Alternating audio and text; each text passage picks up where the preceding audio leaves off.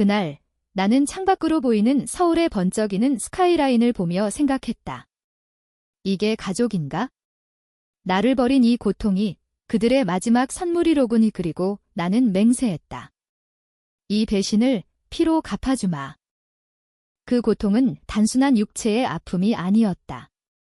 매일 밤 마취가 풀릴 때마다 칼날처럼 예리한 통증이 온몸을 파고들었다. 병실의 하얀 벽이 나를 압박하는 듯 했다. 간호사들은 바쁘게 오가며 조금만 참으세요 라고 중얼거렸지만 그 말은 공허했다. 나는 32살의 한 남자, 강준호였다. 대기업의 중간 관리자, 안정된 삶을 살아온 줄 알았던 나. 하지만 그 수술은 모든 것을 바꿔놓았다.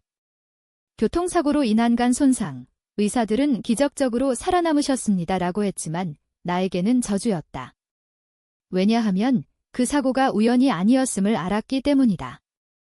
첫 번째 연락이 온 건 수술 사흘째였다. 아니, 연락이 아니라 메시지였다. 어머니로부터 온 짧은 문자, 준호야, 바빠서 못 가, 빨리 나아, 바빠서. 아버지의 회사가 위기에 처한 걸 알고 있었다. 나는 그 회사의 후계자 후보 중 하나였다. 하지만 최근 동생이 아버지의 총애를 독차지하고 있었다.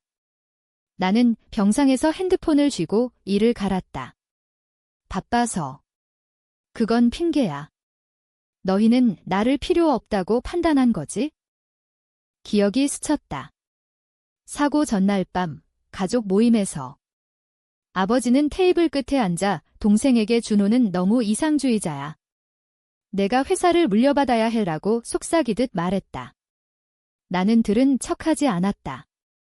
어머니는 나를 보며 미소 지었지만 그 눈빛엔 차가움이 스며 있었다. 그리고 다음 날, 그 비가 내리는 고속도로에서 내 차는 미끄러졌다. 브레이크가 고장 난 거였다. 조사를 해보니 누군가 브레이크 라인을 끊어놓은 흔적이 있었다. 경찰은 사고로 결론 지었지만 나는 알았다. 가족의 손이 닿은 거였다. 통증이 다시 몰려왔다. 나는 신음하며 누워서 눈을 감았다. 머릿속에 동생의 얼굴이 떠올랐다. 그 새끼, 항상 나를 질투하던 놈. 어렸을 때부터 나는 공부 잘하고 스포츠 잘하고 아버지의 자랑거리였다. 하지만 동생은 교활했다. 은밀한 거래로 돈을 벌고 아버지의 약점을 쥐고 흔들었다. 이제 그놈이 나를 제거하려 한 거다. 준호 형, 내가 사라지면 모든 게 내 거야. 그 목소리가 귓가에 맴돌았다. 병원에서 퇴원한 건 10일 후였다. 다리는 아직 후들거렸고 팔은 무거웠다. 집으로 돌아가는 택시 안에서 나는 창밖을 보며 계획을 세웠다. 복수는 서두를 게 아니다. 논리적이고 차갑게. 한국 사회에서, 특히 재벌 가문에서 복수는 법의 그늘 아래서 이루어져야 한다. 나는 변호사를 불렀다. 사고 조사 다시 해주세요. 가족 관련 자료도요. 변호사는 놀란 눈으로 나를 봤지만 고개를 끄덕였다. 집에 도착하자 텅 빈 공간이 나를 맞이했다. 부모님은 해외 출장이라며 사라졌고 동생은 형, 건강 챙겨라는 형식적인 메시지만 남겼다. 나는 서재로 가서 서랍을 열었다. 아버지의 비밀 장부, 동생의 거래 기록. 어렸을 때부터 몰래 훔쳐봤던 것들. 이제 그게 무기가 될 터였다. 밤새도록 자료를 훑었다. 동생의 탈세, 뇌물, 심지어 불법 도박. 그리고 사고 직전 동생의 지인 자동차 정비소 주인에게 보낸 돈이 증거였다. 다음 날 나는 동생을 만났다.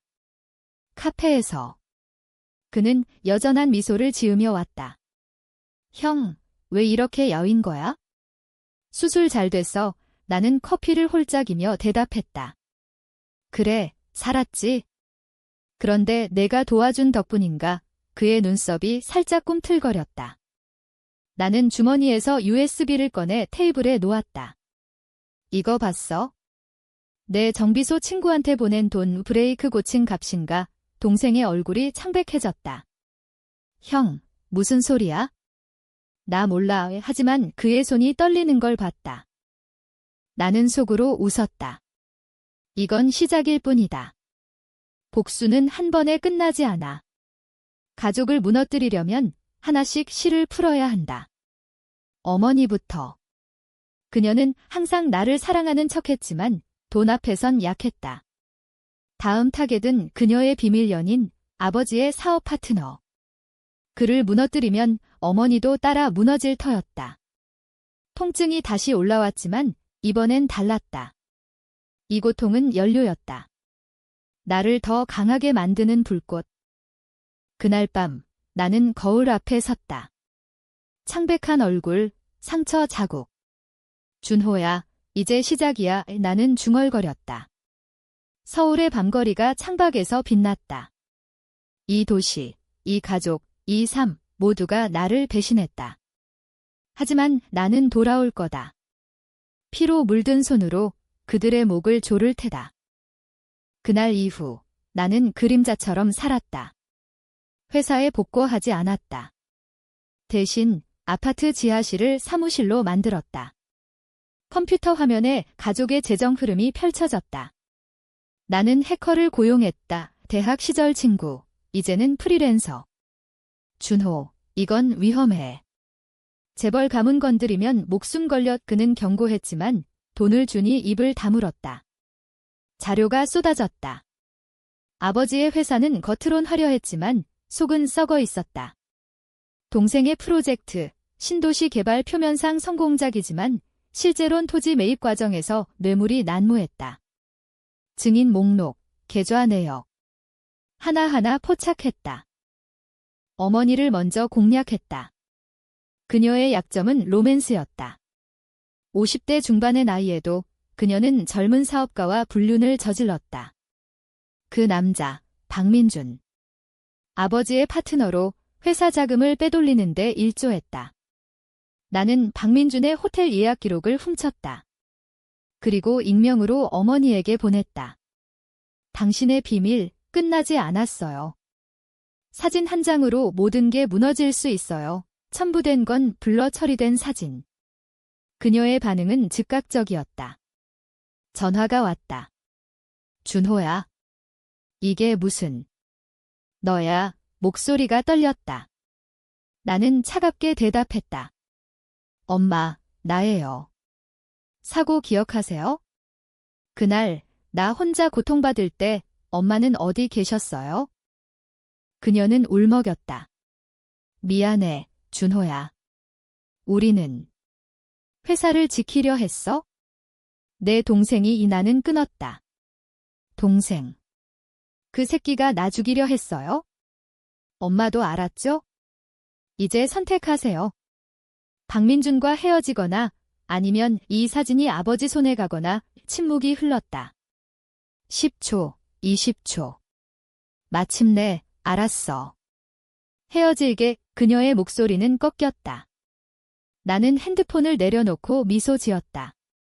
첫 번째 균열. 하지만 이건 감정적 승리일 뿐 왜 진짜 복수는 경제적 파괴였다. 동생을 압박하기 시작했다. 나는 그의 프로젝트에 스며들었다. 가짜 투자자로 위장해 미팅에 참석했다. 김준호 씨, 신도시 계획 흥미로워요. 하지만 토지 소유주들, 불만이 많던데. 나는 슬쩍 던졌다. 동생의 눈이 커졌다. 누구세요? 어떻게 아세요? 나는 명함을 내밀었다. 이사무소 컨설턴트. 실제론 내 가짜 신분. 뇌물 의혹 들었어요. 증거가 쌓이면 검찰이 움직일 거예요. 그는 웃으려 했지만 실패했다. 형, 너지? 이 새끼가. 미팅 후 그는 나를 쫓아왔다. 골목에서 나를 붙잡았다. 형, 왜 그래? 우리는 가족이야. 그의 손이 내 어깨를 움켜쥐었다. 통증이 스쳤지만 나는 뿌리쳤다. 가족. 내가 브레이크를 끊었을 때 가족이었나? 동생의 얼굴이 일그러졌다. 그건 실수였어. 아버지가 시켰어. 나 혼자 한 게 아니야.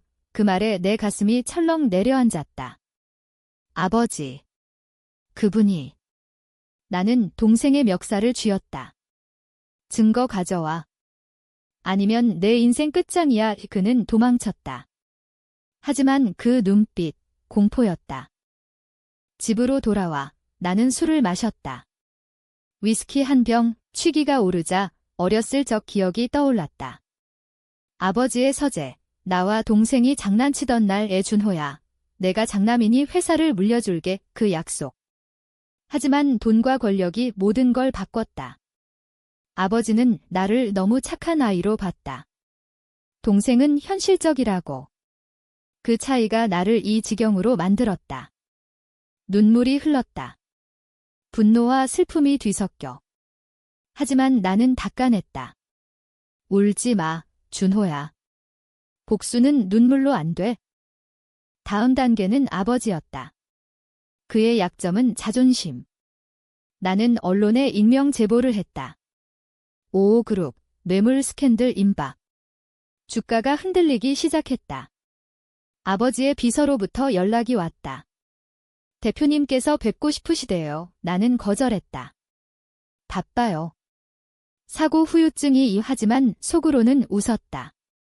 이제 그분이 나를 찾을 차례다. 통증이 다시 왔다. 밤에 잠 못 이루며 나는 창밖 서울의 불빛을 봤다.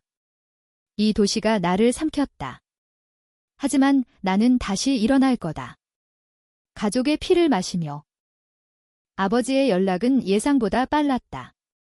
사흘 후 집 앞에 검은 벤츠가 서 있었다. 운전사가 문을 열었고 아버지가 내렸다. 60대 후반의 나이에도 그는 여전한 위엄을 풍겼다. 양복은 흠잡을 데 없었고 눈빛은 날카로웠다. 준호야, 들어가자. 나는 문을 열고 안으로 들였다.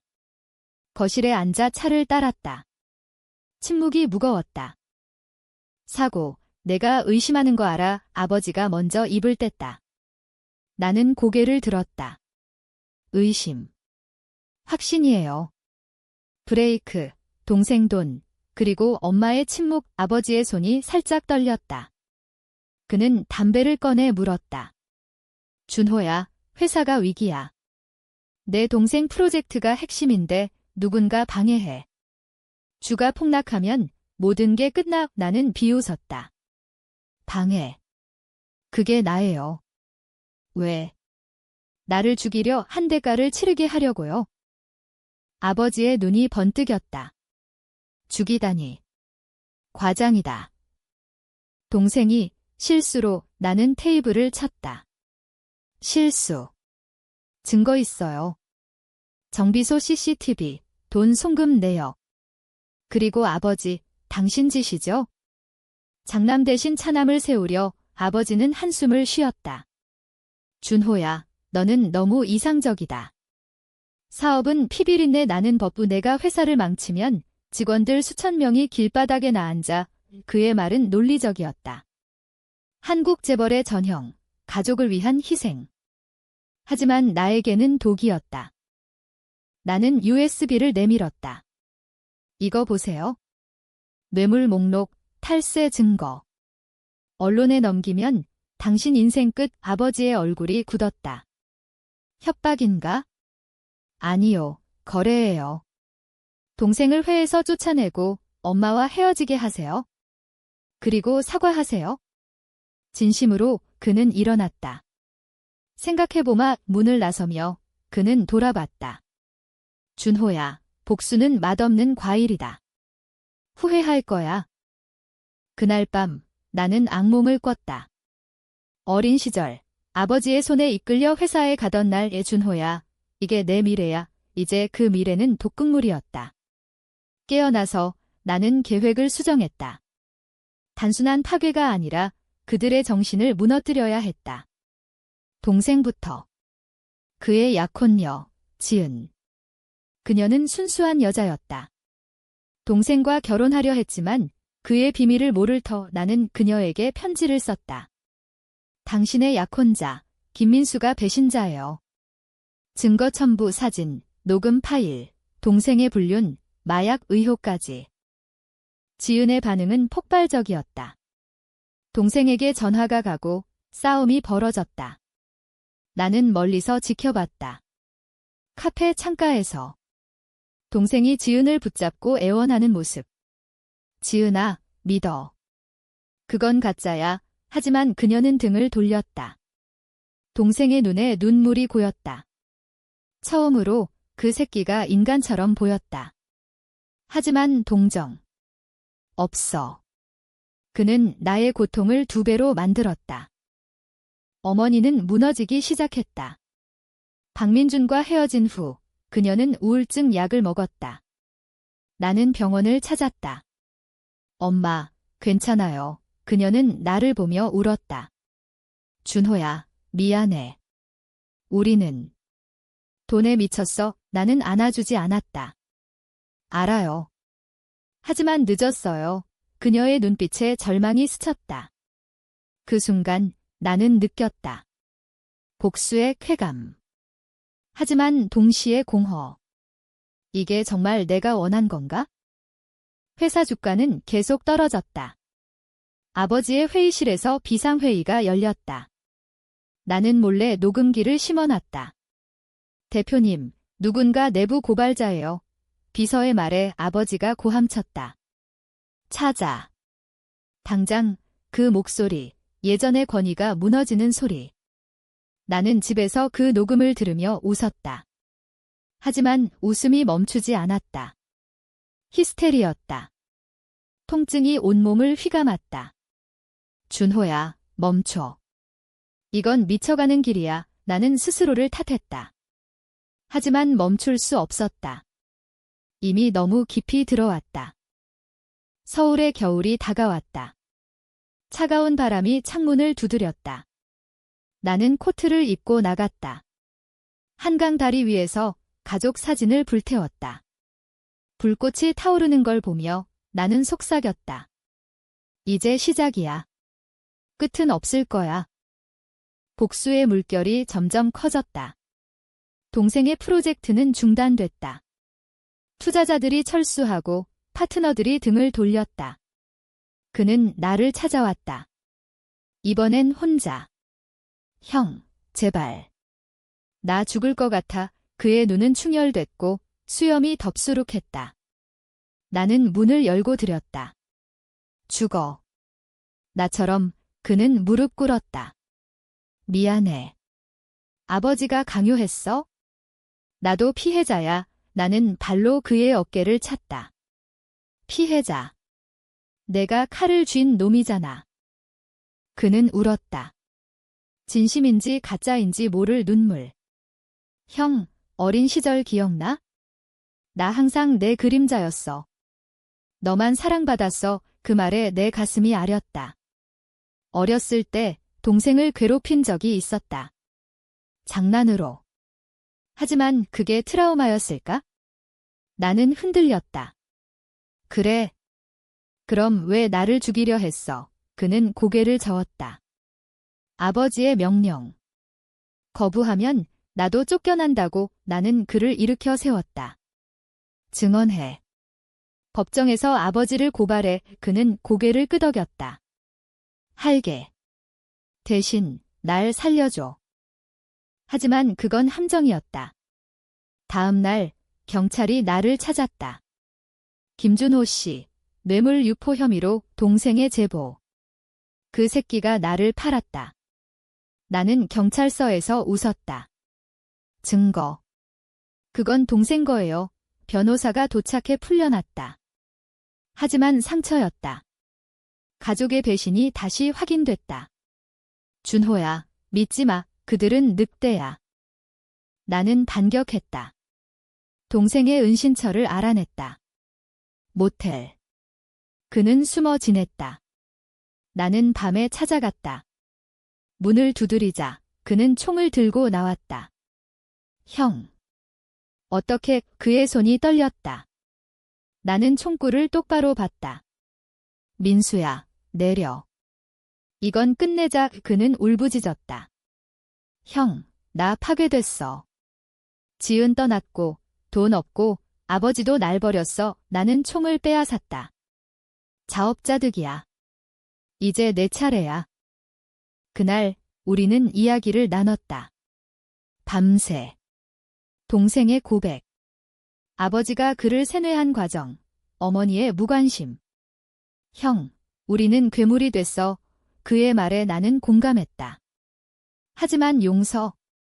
불가능. 민수야, 내 인생 끝내. 자살하거나 감옥 가거나 그는 충격받은 눈으로 나를 봤다. 형, 너 미쳤어. 나는 문을 나섰다. 아니, 정의로워. 아버지의 반격도 왔다. 사설 탐정들이 나를 미행했다. 나는 그들을 따돌리고 아버지의 은행 계좌를 해킹 지시했다. 수억 원이 동결됐다. 그는 나를 불렀다.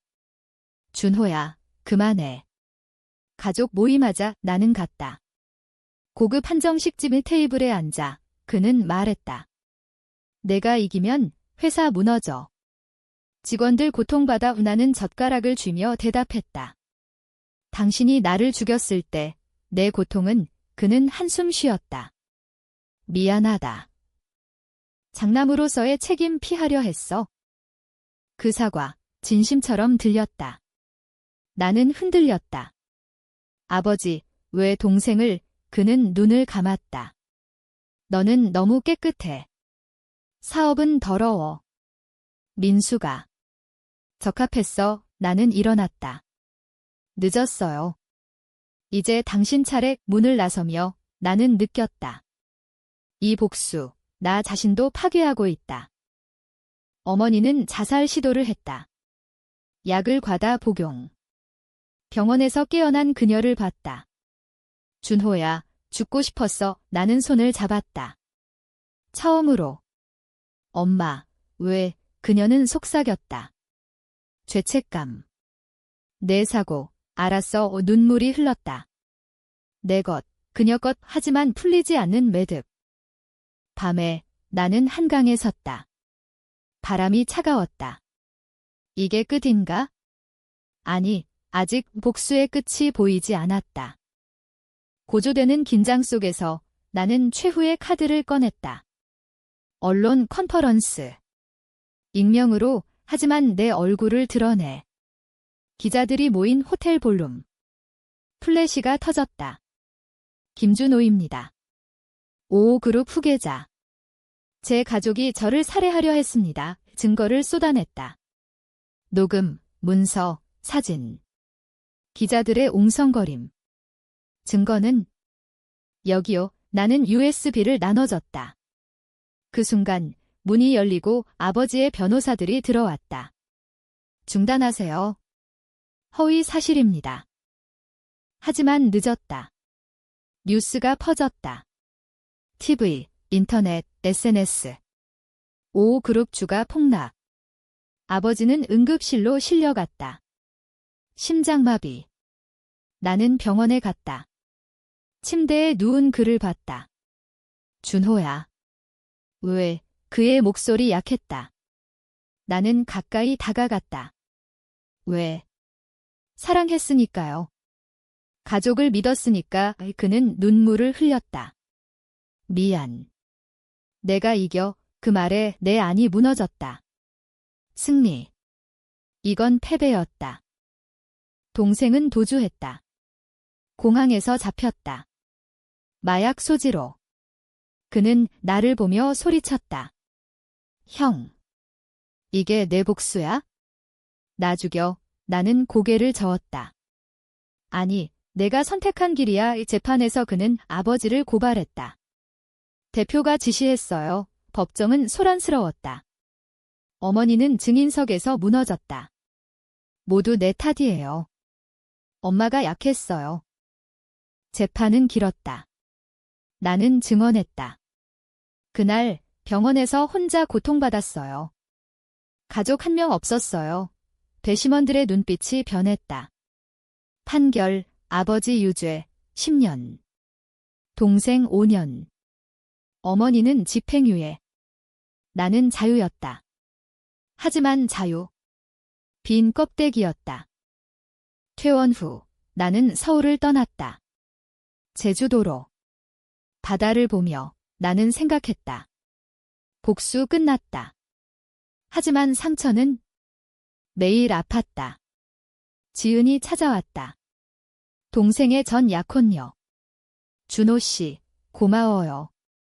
당신 덕에 진실 알았어요. 우리는 산책했다. 그녀의 미소가 따뜻했다. 처음으로 평화가 느껴졌다. 준호 씨, 다시 시작할래요. 그녀의 말에 나는 고개를 끄덕였다. 하지만 밤에 악몽이 왔다. 가족의 비명. 나는 깨어나 울었다. 복수는 끝났지만 트라우마는 영원했다. 아버지의 편지. 감옥에서 준호야, 용서해. 내가 옳았어. 나는 찢었다. 용서. 불가능. 제주의 바람이 불었다. 나는 해변에 섰다. 이제 내 삶이야. 하지만 속삭임, 정말. 시간이 흘렀다. 1년 후, 나는 제주에서 작은 카페를 열었다. 지은과 함께. 그녀는 내 상처를 어루만졌다. 준호야, 잊어. 새로 시작해. 하지만 잊기 쉽지 않았다.